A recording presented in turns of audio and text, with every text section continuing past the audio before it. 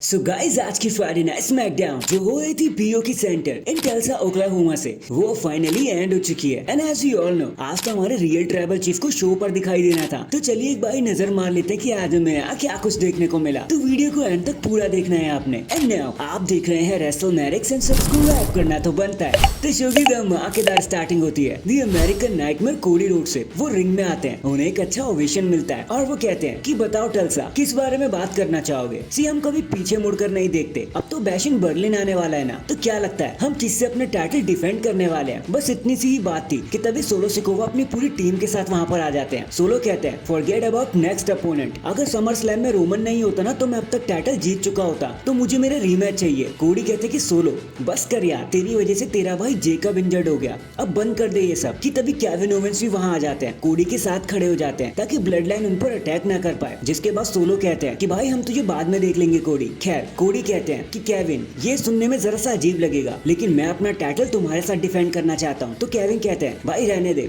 मैंने ऐसा कुछ भी नहीं किया कि मुझे टाइटल मैच मिल जाए। तो कोडी कहते हैं कि भाई किया तो है, मेरे लिए तूने जो भी किया है मुझे उसकी कदर है, और चाहे तुम कितना भी ना बोल लो मैंने कैल्डिस से बात करके रहूंगा ताकि बैशिंग बर्लिन में हमें ये मैच देखने को मिले। एंड देन ये सेगमेंट यहीं पर खत्म हो जाता है। नेक्स्ट हमें नाइट का सबसे पहला मैच देखने को मिलता है जो होता है number 1 contendership for the tag team titles के लिए A Town Down Under versus Street Profits के बीच में। बताने को यहाँ कुछ भी नहीं है। In the end doomsday device लगाकर स्ट्रीट प्रॉफिट मैच को जीत जाते हैं। देन बैक स्टेज में Kevin Owens and Cody Rhodes Nick Aldis से आर्ग्यू कर रहे होते हैं कि ये टाइटल मैच होना भी है या नहीं होगा, लेकिन निक कहते हैं कि देख भाई मेरे को ये बड़ा सही लग रहा है सुनने में और लोग भी यही देखना चाहते हैं, तो इट्स ऑफिशियल, अब केविन ओवेंस तुम कोडी रोड्स के साथ लड़ने वाले हो for the WWE championship at Bash in Berlin. And ये मैच ऑफिशियल हो जाता है। इसके बाद हमें Jade Cargill versus Alba Fyre के बीच में सिंगल्स मैच देखने को मिलता है, जहाँ मैच तो जेड जीत जाती है एज एक्सपेक्टेड, बट उसके बाद ब्लेयर डेवनपोर्ट उन पर अटैक करने की कोशिश करते हैं, जिसके बाद नायोमी आकर वहाँ पे नंबर्स गेम को इवन कर देते हैं और एक बार फिर से बागडोर जेडन बियंका के हाथ में आ जाती है और टैग टीम चैंपियंस को भागना पड़ जाता है। नेक्स्ट हम एले नाइट को देखते हैं जो रिंग में आते हैं जाइगेंटिक ओवेशन के साथ, और वो कहते हैं let me talk to you कि पूरे हफ्ते सबने मुझसे यही बोला कि भाई लोगन पॉल को उन्हीं के घर में हराने में बहुत मजा आया होगा ना, लेकिन I do not care about it. मुझे बस इतना पता था कि मैंने आप लोगों से प्रॉमिस कर रखा था कि मैं ये टाइटल घर लेके आऊंगा, और मैंने अपना प्रॉमिस फाइनली पूरा कर दिया। बस फिर क्या था, इतना सुनते ही वहाँ पे एस्को बाहर आ जाते हैं। वो कहते कि देखो देखो रोज रोज ऐसा मौका थोड़ी ना मिलता है जब एले नाइट के पास कोई टाइटल हो, और अनफॉर्चुनेटली तुम ये टाइटल कुछ दिनों में हार भी जाओगे। भाई क्या ही जिंदगी है, क्या ही कर सकते हैं। तो एले नाइट कहते हैं कि भाई तूने क्या ही समझ रखा है, पहले ठीक से वो सुनाई नहीं दिया,